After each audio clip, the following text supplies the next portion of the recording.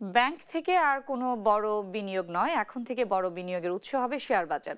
এতে একদিকে যেমন জনগণের মালিকানা নিশ্চিত হবে, অন্যদিকে বিনিয়োগ নির্ভর হবে অর্থনীতি।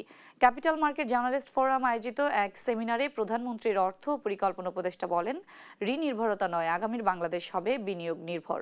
অনুষ্ঠানে বিনিয়োগকারীর আস্থা ফেরানোকে গুরুত্ব দিয়ে প্রয়োজনে ইসলামিক স্টক এক্সচেঞ্জ তৈরির কথা বলেন তিনি। বিস্তারিত মাকদুরা মিতির প্রতিবেদনে। দীর্ঘদিনের স্থবিরতা ও আস্থার সংকটে থাকা দেশের পুঁজিবাজার নতুন সরকার দায়িত্ব নেয়ার পর থেকে এই খাতের সংস্কার নিয়ে সিএমজেএফ এর সেমিনারে উঠে এলো নানা তিক্ত অভিজ্ঞতা ও করণীয়।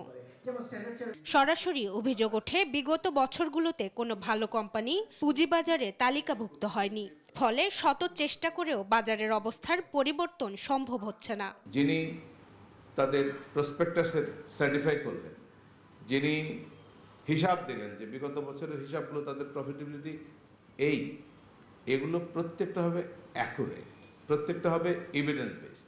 আনফর্চুনেটলি আমরা এই জায়গাটাতে ফেল করেছি। আমরা দেখেছি আমাদের বিগত 10 বছর, 15 বছর, 20 বছর, 30 বছরের যতগুলো কোম্পানি আমরা লিস্টেড হয়েছে, এগুলো একটাও কিন্তু ওই ক্রাইটেরিয়া মিট করে না। বিচারহীনতার সংস্কৃতি বিনিয়োগকারীদের আস্থা কেড়ে নিয়েছে বলে উল্লেখ করেন বিএসইসির চেয়ারম্যান।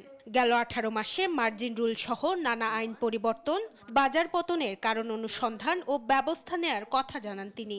মার্কেট গ্রো করার আসলে প্রধান উপাদান ভালো কোম্পানিকে আনা, এটার কোনো অল্টারনেট নাই এবং সেটা নিয়ে আমরা কাজ করছি। সেমিনারে প্রধানমন্ত্রীর অর্থ উপদেষ্টা জানান, 120 দিনের সংস্কার পরিকল্পনার মাধ্যমে বাজারকে জনগণের মালিকানায় ফিরিয়ে আনতে হবে। আমাদের একটা বড় রকমের রিফর্ম করতে হবে, যে যদি আপনি এইটা করতে চান তাহলে এই প্রতিষ্ঠানগুলোর মধ্যে পড়ে বিশ্বাসযোগ্যতা আসতে হবে এবং এই প্রতিষ্ঠানরা যদি জনগণের কাছে এই যে বাজারে যারা আইপিও করুন আর যাই করুন, তাদেরকে যে বিশ্বাসযোগ্য কায়দায় তাদেরকে প্রত্যয়নপত্র দিচ্ছে, এইটা আমাদের 1 নম্বর কাজ করতে হবে, যাতে করে মানুষের মধ্যে আস্থা আসে।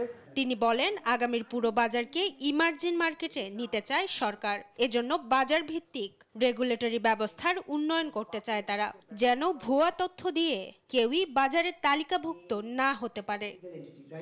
মাকদুরা মিতি, দেশ টিভি, ঢাকা।